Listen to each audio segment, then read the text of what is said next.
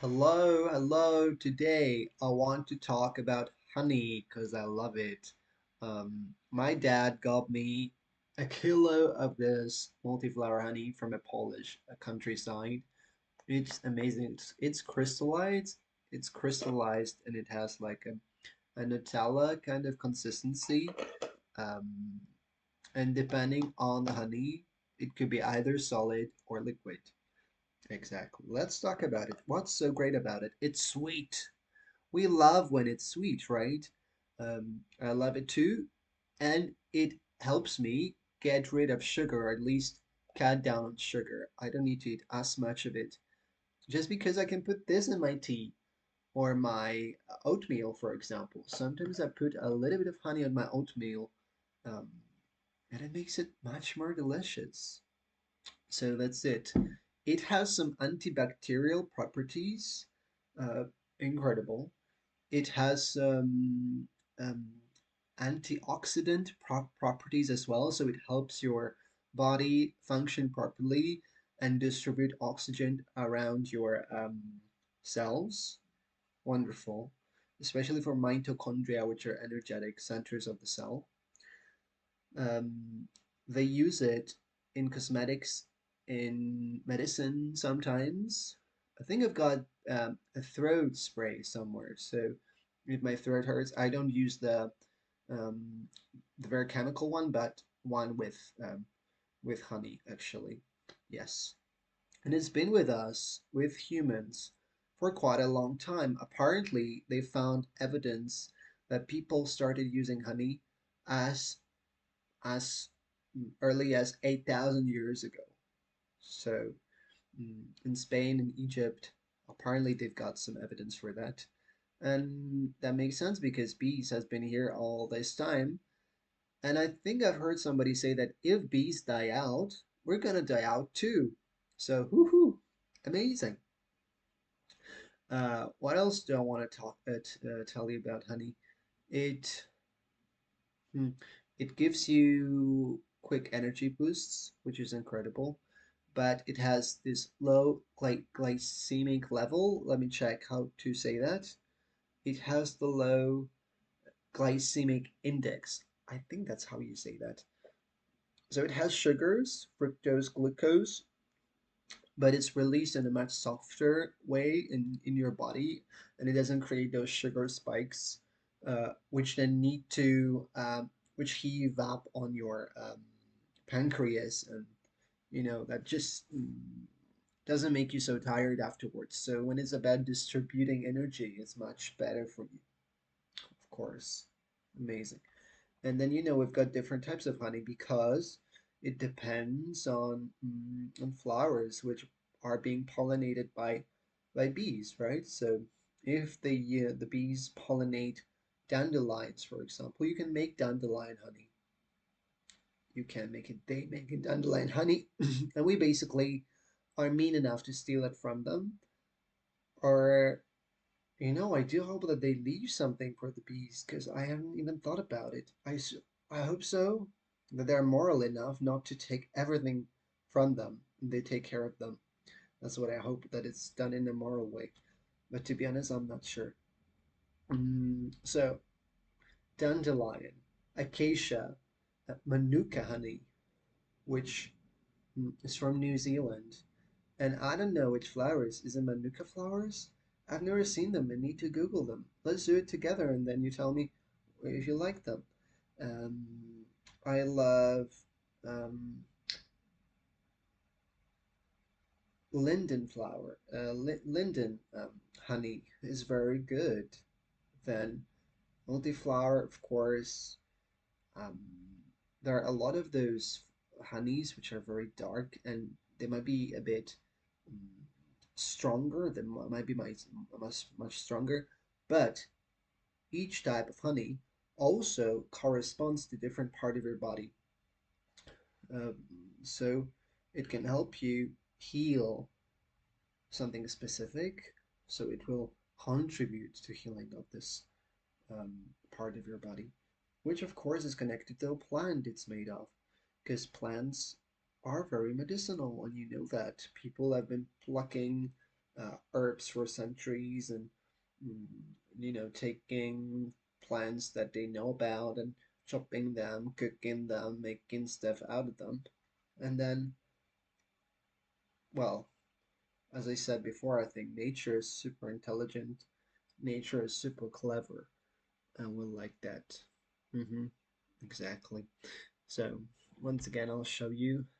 I put that in my tea today, and I use it every once in a while, and like recommend it to you wholeheartedly, basically.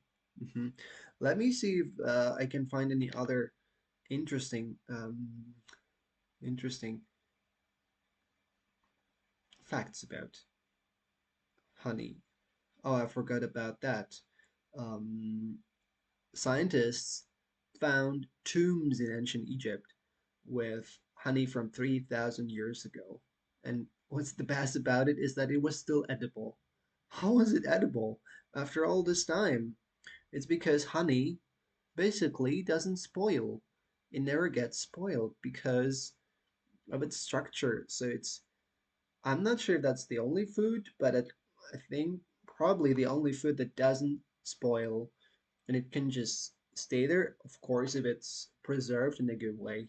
And you can eat it even after years and years. So if you have a batch of honey, it can last for a pretty long time. Exactly. Let me just check for a moment. Hmm. Bees travel 55,000 miles and visit 2 million flowers to make 1 pound of honey. 55,000 miles, golly. That's just incredible. I need to find synonyms for incredible. Of course, I know them, but the heat of the moment, I keep using this word. Hmm. Yeah. Hmm. Honeybee diplomacy. Bees communicate flower locations with a waggle dance.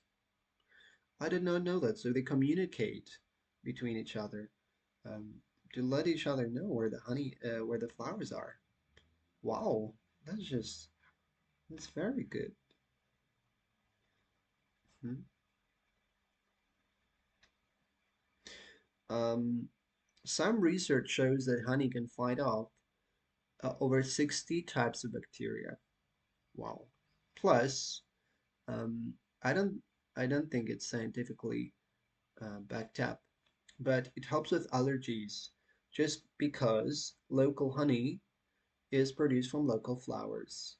And when you eat it, even in small amounts, your body can get used to the environment, basically. Mm. And the autoimmunological response will be mm, well, at least diminished or completely eliminated. So it helps with the local flora, with local flowers. If there are pollens in the air and you have particular types of honey, it could help you quite a bit.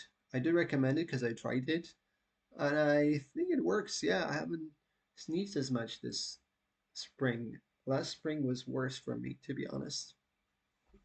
Yep. Mm. Hmm.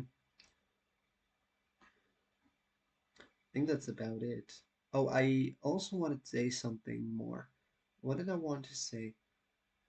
Oh, I wanted to say about the symbolism of honey because, well, two more things basically. In the Bible, they used to say, the land of milk and honey. And the land of milk and honey is a land uh, full of abundance, full of wealth, um, a country in which it's easy to live. Yeah, basically, that's it. I remember that. And in Europe, especially, it used to be very important, especially in the medieval ages, in the Middle Ages, in medieval times, etc., because they would make an alcoholic drink out of it. They would ferment it in a way. And this fermented honey drink is called mead, Mead, mead, and people would drink it a lot. So when I think of some royal banquets, royal feasts, I would think of beer, but also this mead. And I think about beer because I come from Poland, and there's also Germany.